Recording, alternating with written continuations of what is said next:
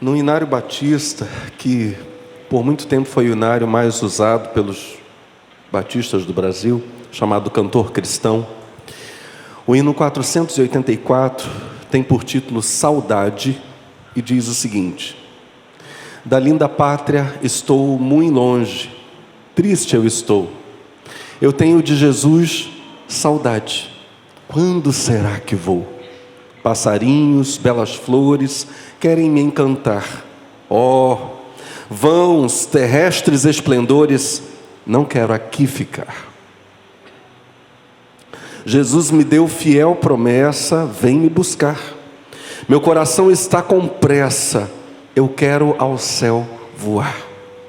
Meus pecados são muito grandes e culpado sou, mas o seu sangue põe-me limpo, e para a pátria vou. Qual filho de seu lar saudoso eu quero ir, qual passarinho para o ninho, eu quero ao céu subir. Sua vinda ao mundo é certa, quando? Não sei, mas ele me achará alerta, e para o céu irei. Em 2014, minha esposa, foi 2014, amor, me contou um sonho lindo que ela teve com o céu. E lá ela entrava na casa de uma irmã que está aqui. Mas aquela não era uma simples casa, era a morada eterna daquela irmã.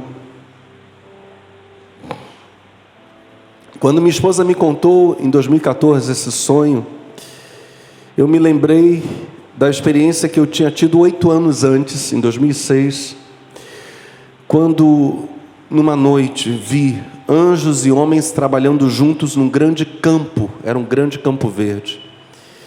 E olhando aquela cena, eu imaginei que eles estivessem preparando habitações eternas dos salvos. Muitos de nós, lembrando da nossa infância, temos na memória o seguinte: um dos grandes sonhos de toda criança, pelo menos na minha infância era assim, era ir morar no céu. Meu irmão Marcelo, que morreu com quase 10 aninhos de idade, sonhava em ver Jesus e ir morar no céu. Num dos seus últimos aniversários, papai lhe deu uma máquina fotográfica de presente, e Marcelo pegou a máquina e imediatamente apontou a máquina para o céu e tirou uma foto. Eu estou citando para vocês essas coisas, o hino 484 do Cantor, o sonho de minha esposa, a visão de 2006, o anseio do meu irmão falecido aos 9, quase 10 anos de idade, para pensarmos nesta noite no seguinte: qual é a esperança dos discípulos de Jesus Cristo ao morrerem? O que eles esperam encontrar do outro lado da vida? Essa é uma pergunta que tem inspirado filmes, por exemplo, o filme Ghost, do outro lado da vida, muitos assistimos. O confuso filme Amor Além da Vida, cujo ator principal é o saudoso Robin Williams. Esse tema, essa pergunta, o que há do outro lado, inspirou livros como Volte, Diga ao Meu Povo, um testemunho poderosíssimo do pastor João Carlos Marques, um pastor gaúcho que morreu e ressuscitou. O livro Fui ao Céu e Voltei, de Mary Neal, uma médica que morreu em corredeiras fazendo caiaque e voltou à vida. Relatos de morte e ressurreição reais, filmes, músicas, como o hino 484 do Cantor, como o hino 509 da harpa cristã. Tantos como a areia da praia, belíssimo hino, tantos como a areia do mar. Duas das mais belas canções, diga-se de passagem, sobre esse tema eu as ouvi na minha infância, um ano depois da morte do meu irmão. O ano era 1981, eu estava com 5 aninhos, e aquelas canções, talvez, muito provavelmente por causa da morte recente do meu irmão, me marcaram profundamente. O principal grupo musical que gravava música evangélica na época no Brasil chamava-se Grupo Elo. E uma das músicas do Grupo Elo, a famosíssima e belíssima Autor da Minha Fé, eu inclusive gostaria de cantá-la para vocês, espero conseguir cantá-la. Não vou chorar. Lá maior. Dá o acorde, por favor, Éder. Preste muita atenção na letra dessa música. Ó Pai, eu queria tanto ver o meu Senhor descer, vindo me encontrar. Eu posso até imaginar a refulgente glória do Senhor Jesus, transpondo as brancas nuvens no mais puro azul, onde nem sul nem norte existirá, e em meio a lágrimas, sorrisos de alegria e de prazer. Eu que era cego agora posso ver, contemplar, enfim. Por isso eu canto glória, glória, glória ao Autor da minha fé. Glória, glória ao Autor da minha fé.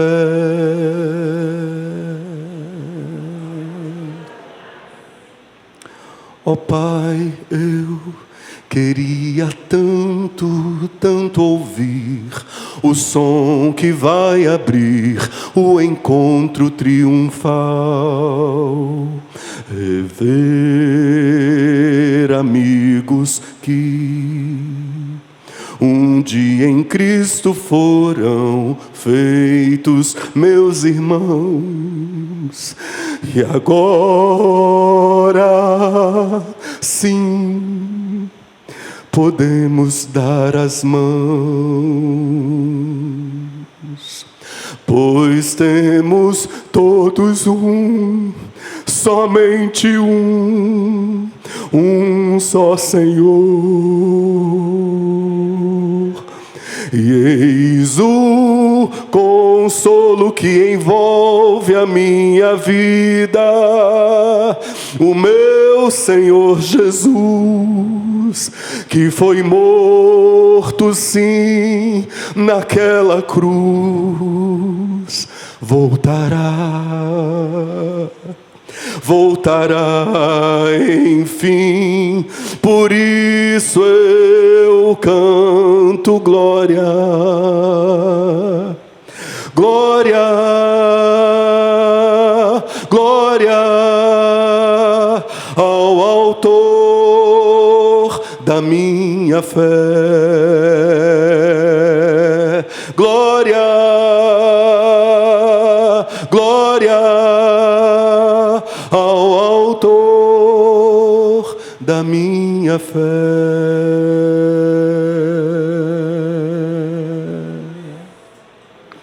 Glória ao Senhor, glória ao Senhor, glória ao Senhor, Autor da minha fé. Glória ao Senhor, glória ao Senhor, Autor da minha fé.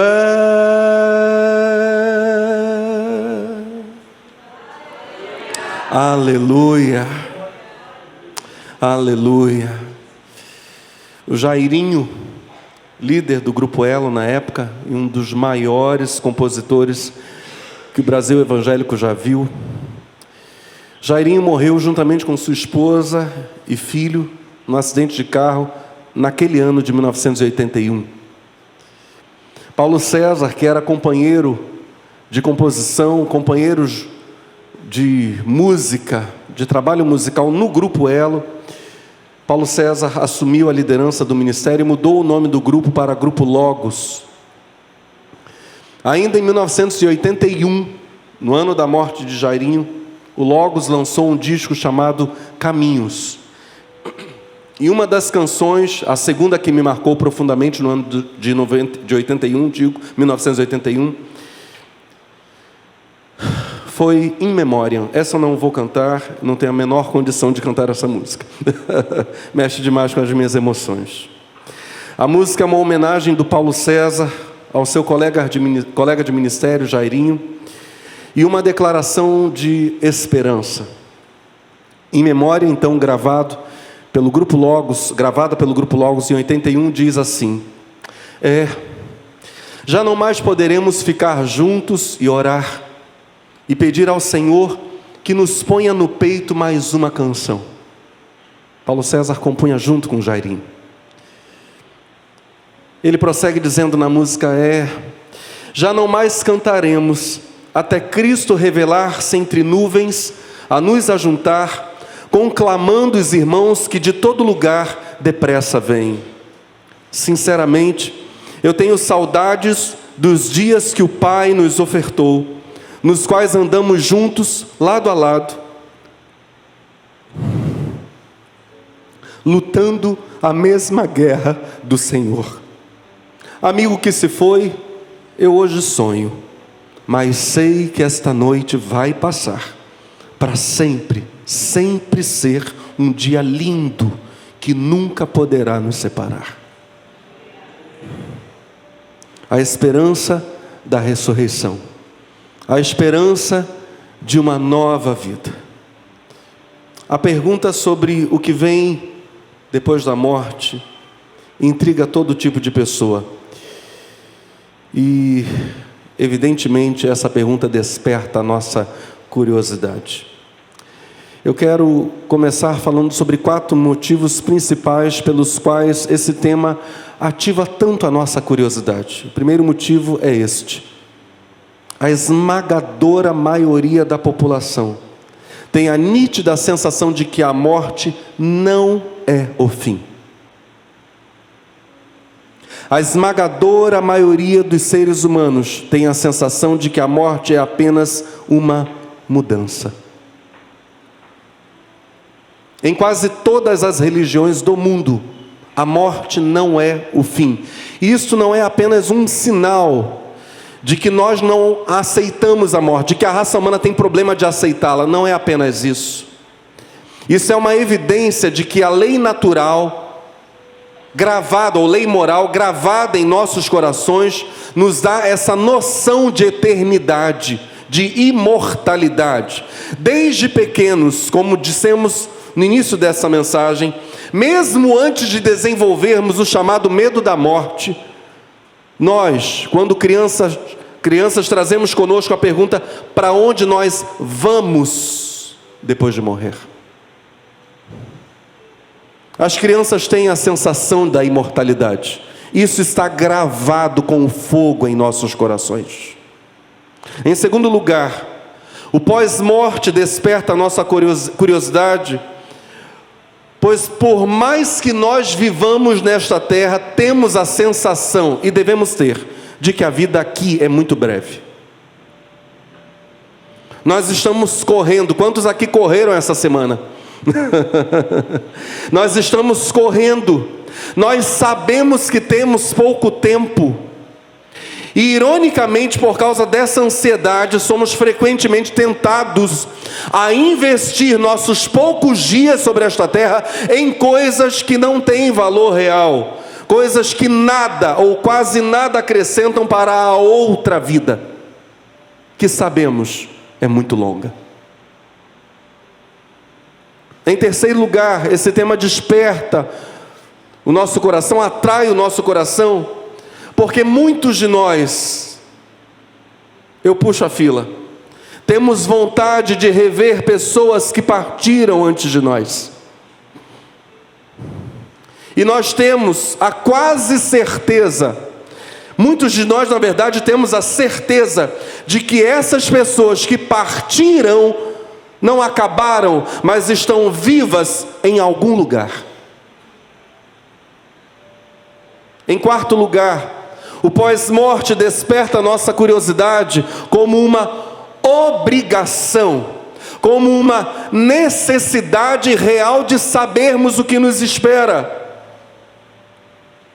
Não ter certeza sobre o que vem após a morte pode ser muito mais, e de um modo geral muito mais angustiante que incertezas quanto à vida na terra. Um dos principais motivos dessa necessidade de saber é justamente a suposição de a outra vida ser muito, mas muito longa. Para entendermos estas coisas, para nos aproximarmos destas questões, precisamos responder a esta pergunta: o que é a morte? Não vale dizer que é a única certeza que nós temos. Isso não define a questão. O que é a morte? Antes de falarmos do que vem depois, devemos saber primeiro no que ela consiste. E a Bíblia diz que esse evento da morte, em primeiro lugar, é uma sentença. É uma afirmação judicial divina. É uma sentença pronunciada por Deus por causa do pecado. É uma questão judicial severa, que consiste no peso do juízo divino. Em Gênesis capítulo 3, o Senhor tinha advertido nossos primeiros pais, Adão e Eva, dizendo para eles: do fruto da árvore que está no meio do jardim, disse Deus, não comereis dele, nem nele tocareis, para que não morrais. Hebreus capítulo 9, verso 27, vai confirmar este dado, dizendo: os seres humanos devem morrer uma vez, e depois disso vem o juízo. É uma sentença definida por Deus de modo inevitável, inescapável, firme, duro. Em segundo lugar, a morte, como sentença definitiva que é revertida ou anulada pelo milagre da ressurreição. E a Bíblia nos garante que o milagre da ressurreição aconteceu e acontecerá. A ressurreição, assim como a morte, olha que interessante, também é uma sentença divina. Ainda mais dura, ainda mais poderosa que a sentença de morte por causa do pecado. A ressurreição é sentença pronunciada por causa da morte de Cristo na cruz. Em João 12, verso 50, Jesus diz que o mandamento de Deus por meio dele, Cristo, era a vida. A ordenação judicial de Deus por meio de Cristo era a vida eterna. Isso envolve ressurreição. E sei que o seu mandamento é a vida eterna. Portanto, o que eu falo como o Pai mo tem dito. O Pai de Jesus ordenou por meio dele, Cristo, a vida eterna. É a sentença de Deus por meio do Filho. Diga comigo: Jesus é a vida eterna. Ele é. A morte na cruz inocenta os pecadores da sentença da morte física, sentenciando. Então agora a gente não usa o sentenciar como algo negativo, lembrando que um juiz por vezes dá uma sentença favorável ao réu. A morte na cruz, repito, inocenta os pecadores da sentença da morte física, sentenciando-os a um novo corpo sem pecado. todos os filhos e filhas de Deus têm na pessoa de Jesus Cristo, sua cruz e sua ressurreição, a sentença de vida eterna com corpos glorificados. Que coisa tremenda. Sobre isso nós falaremos mais adiante ainda nesta mensagem. Em terceiro lugar, como um fato pessoal, como um evento que acontece na vida de cada ser humano, a morte está frequentemente ligada à escolha. Presta atenção. E por causa disso mesmo, morte pode ocorrer fora do tempo. À luz da Bíblia, é completamente falsa a ideia de que ninguém morre de véspera. A Bíblia nunca sustentou isso, ela sustenta exatamente o contrário. Deus deixa claro para nós, na Escritura, que escolhas erradas têm o poder de abreviar nosso tempo de vida na terra. Por 15 vezes, a Bíblia no Antigo Testamento diz expressamente, Deus diz, não façam isso ou aquilo, para que não morram. Se vocês tomarem esta ou esta atitude, esta ou esta decisão, vocês vão antecipar as coisas. Não façam isso. O próprio texto de Gênesis 3:3 dá exemplo disso, dá testemunho disso. Mas do fruto da árvore que está no meio do jardim, disse Deus, não comereis dele, nem nele lhe tocareis, para que não morrais. Levítico 15, verso 31, o Senhor diz, assim separareis os filhos de Israel das suas imundícias, para que não morram nas suas imundícias, contaminando o meu tabernáculo que está no meio deles. Vão abreviar seu tempo de vida. Cuidado, não façam isso. Escolhas terrivelmente erradas podem interromper precocemente a nossa jornada. A morte precoce traz sofrimento a quem morre, muito provavelmente, e certamente aos próximos daquele que morreu. Aqueles que permanecem vivos sofrem muito quando alguém desavisadamente busca a morte. Que ninguém viva na prática do pecado para não morrer fora de tempo. E para não se privar do milagre que Deus vai fazer, que é a dádiva de um corpo glorioso. 1 João capítulo 5 diz o seguinte, se alguém vir pecar seu irmão, pecado que não é para a morte, orará, e Deus dará a vida àqueles que não pecarem para a morte. Há pecado para a morte, e por esse não digo que ore.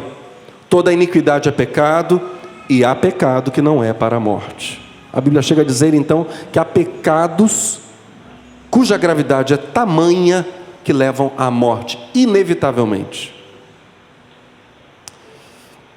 Em terceiro lugar, quarto lugar, morte é rompimento, é quebra, é desconexão.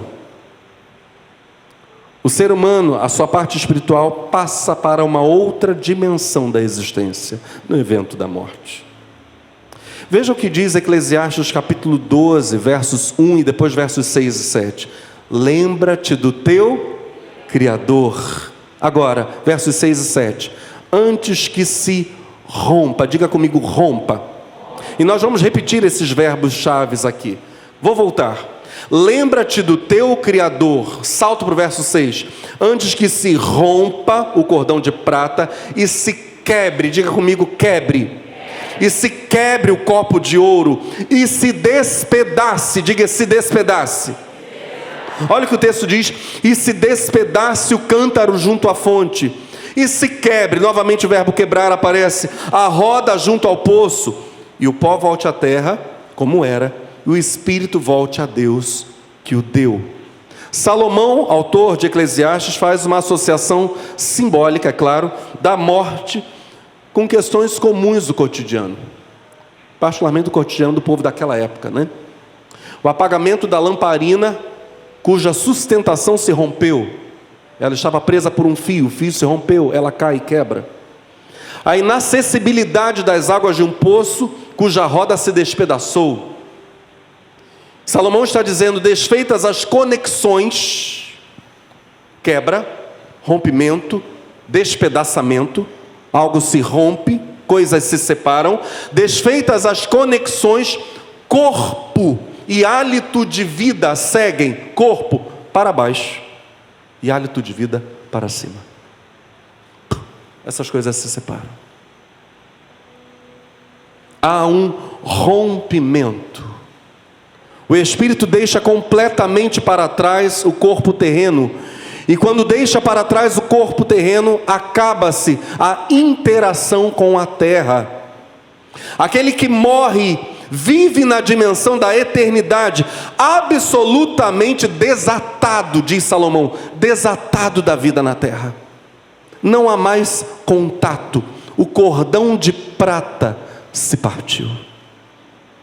Rompeu-se o fio de prata. Por causa dessa realidade de a vida após a morte ser, então, outra vida, desconectada desta vida aqui na terra, alguns perguntam: para que então a vida na terra? Se é tão curta e antecede uma vida que não está mais ligada à terra e é uma vida extremamente longa. Primeiro a gente precisa entender que esse fim da conexão ou fim do contato não é o fim da relação.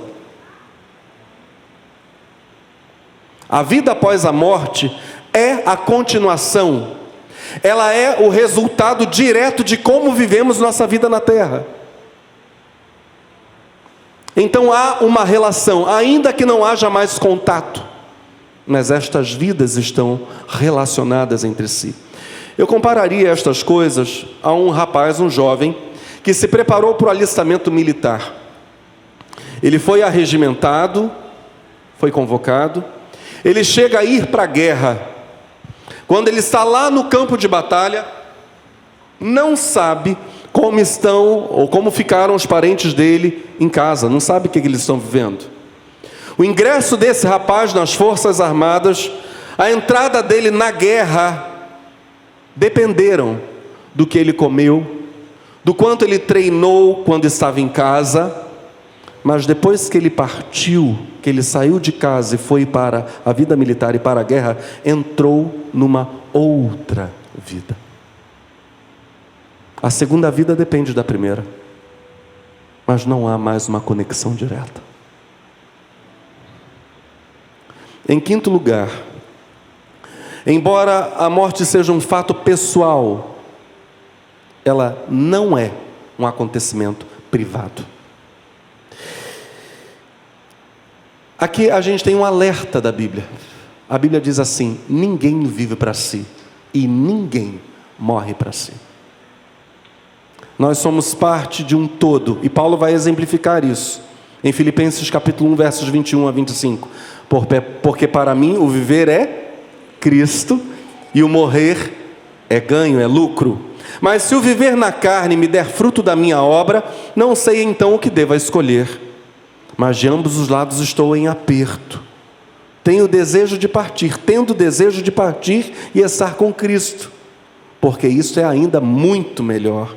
Mas julgo mais necessário, por amor de vós, ficar na carne. E tendo esta confiança, sei que ficarei, e permanecerei com todos vós, para proveito vosso e gozo da fé. Paulo está dizendo que o desejo dele é partir. Seria maravilhoso ele estar com Jesus no paraíso, muito melhor do que permanecer aqui.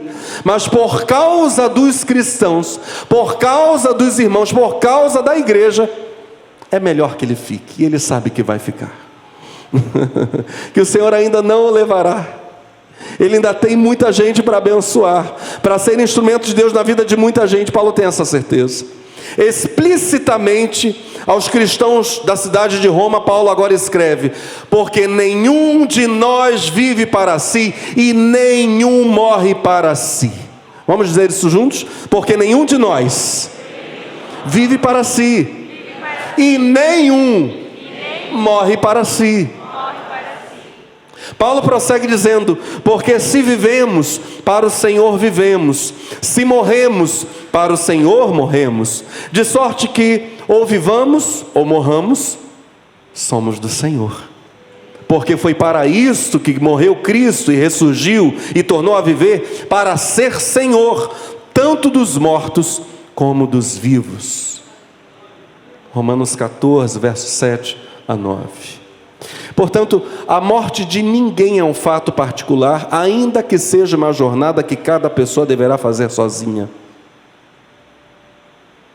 A vida humana é parte de uma teia complexa, tecida por Deus, de muitas interrelações.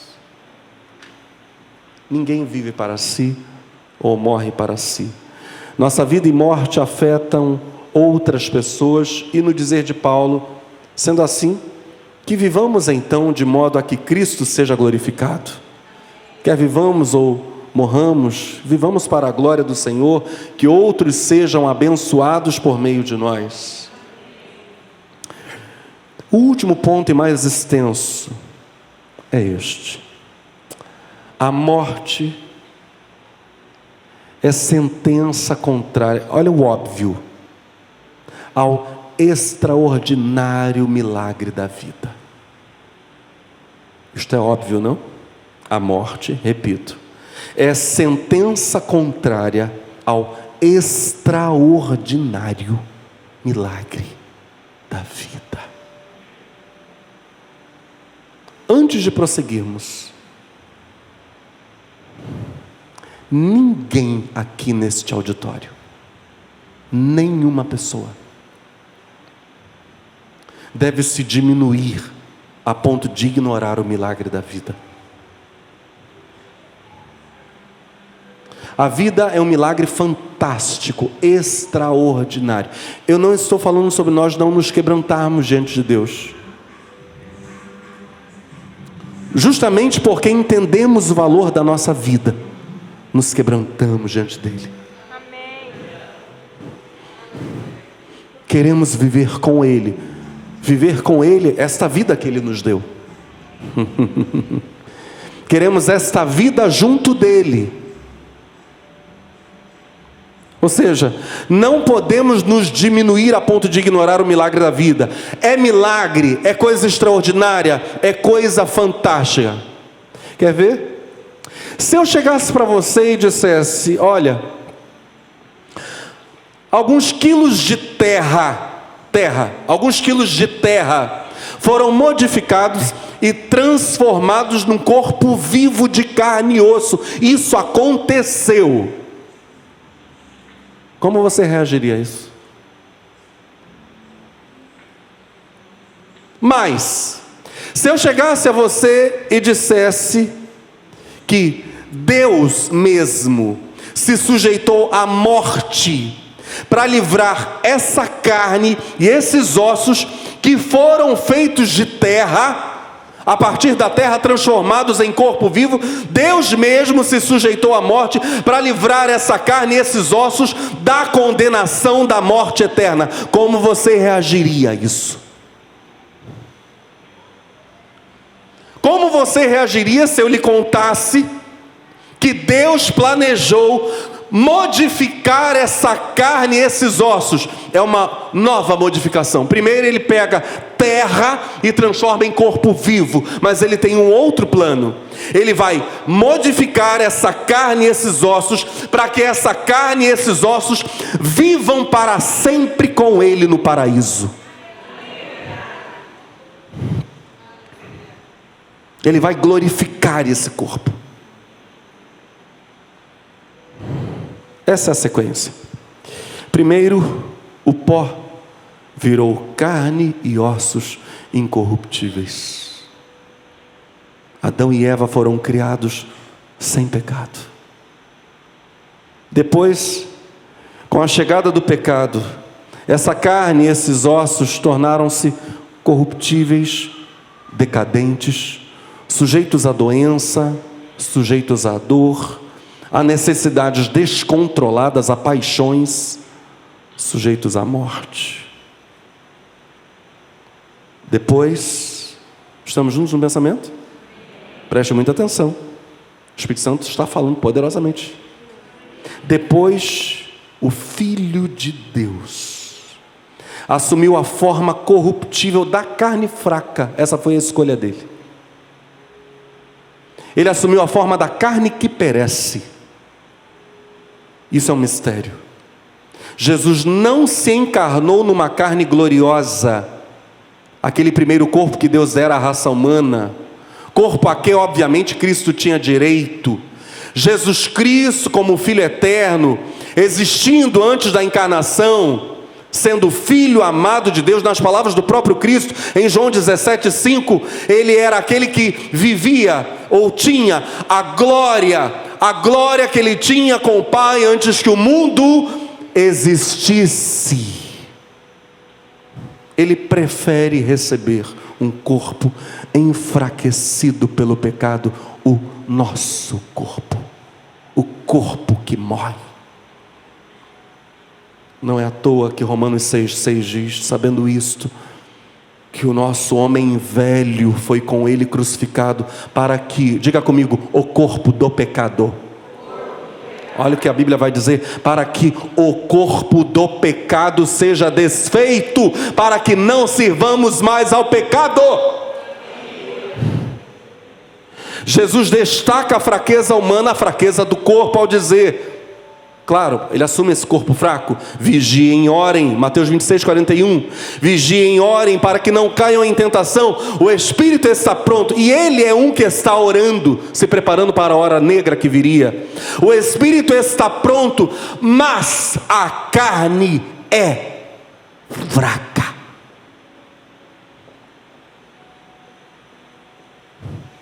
Jesus assume, essa é a sequência, a forma da carne fraca, da carne corruptível. Mas ele vence. Aleluia. Por isso eu amo meu Cristo. Por causa da vitória de Cristo, há uma mudança de substância à nossa espera. Isso já foi pregado aqui diversas vezes e será pregado mais tantas centenas de vezes, porque essa é a esperança do cristão. Isso precisa queimar em nosso coração até o dia em que nós vamos nos encontrar com o Senhor. Há outra mudança de substância à nossa espera. Há para nós, diz a Bíblia, um corpo fora da sujeição ao pecado, que nos será presenteado por causa da vitória de Cristo. Adão e Cristo, ambos filhos do Espírito Santo, ambos nascidos fora dos domínios do pecado.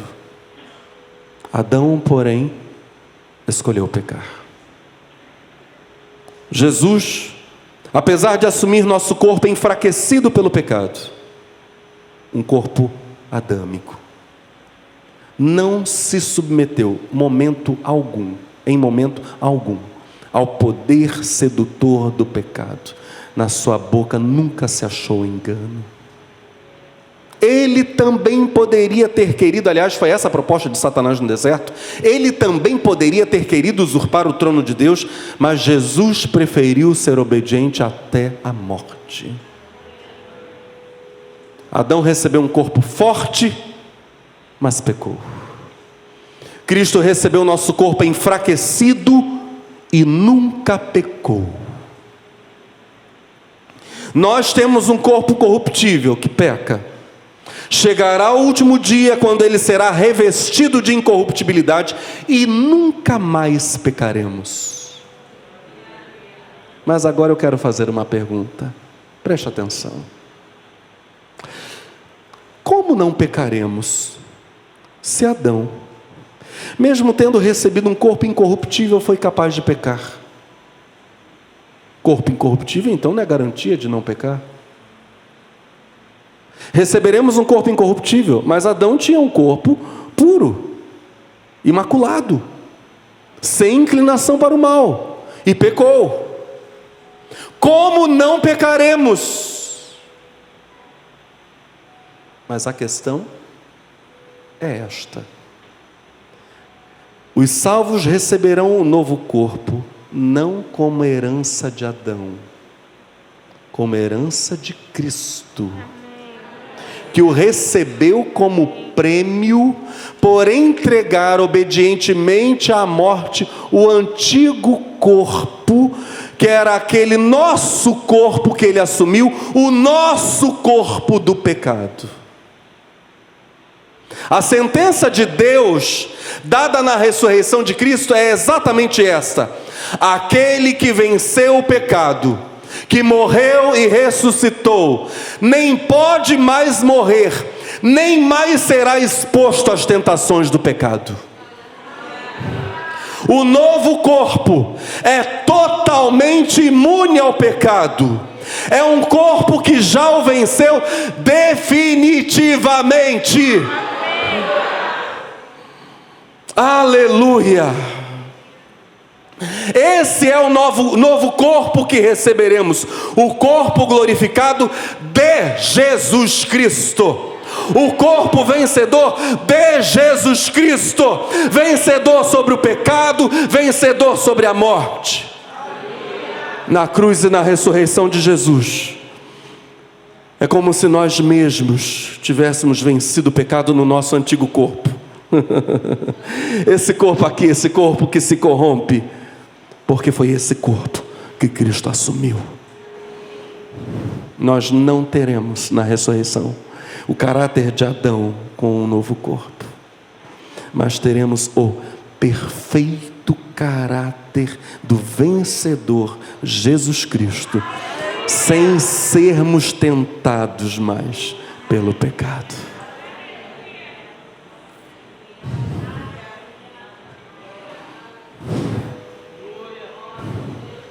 Como alcançar essa coisa tão gloriosa?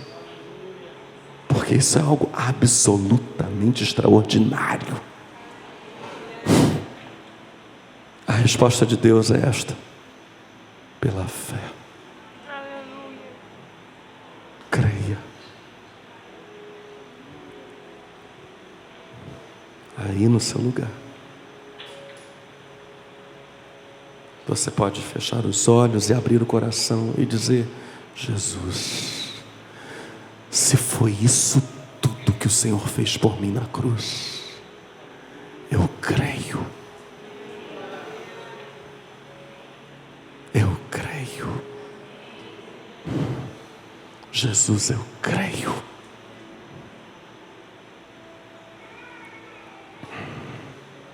Que ninguém se diminua a ponto de desprezar o milagre da vida. Que ninguém viva na prática do pecado para não morrer fora de tempo, para não se privar da próxima modificação da matéria, que será a ressurreição. Vivamos como quem olha para a eternidade, pois nossa jornada do lado de cá é muito curta. Lembremos-nos que Cristo preferiu receber um corpo mortal, nosso corpo do pecado, para eliminá-lo e nos conceder o corpo da ressurreição. Se vivermos com Ele, também com Ele estaremos por toda a eternidade.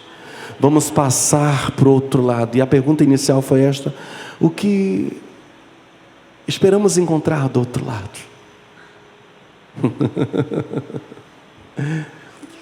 O que há do outro lado? Se você creu em Cristo,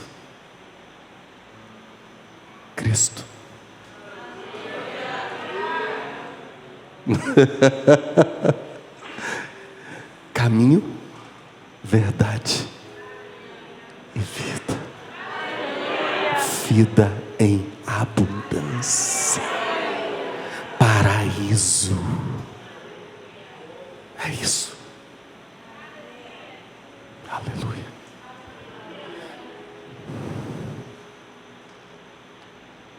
Estou seguindo a Jesus Cristo.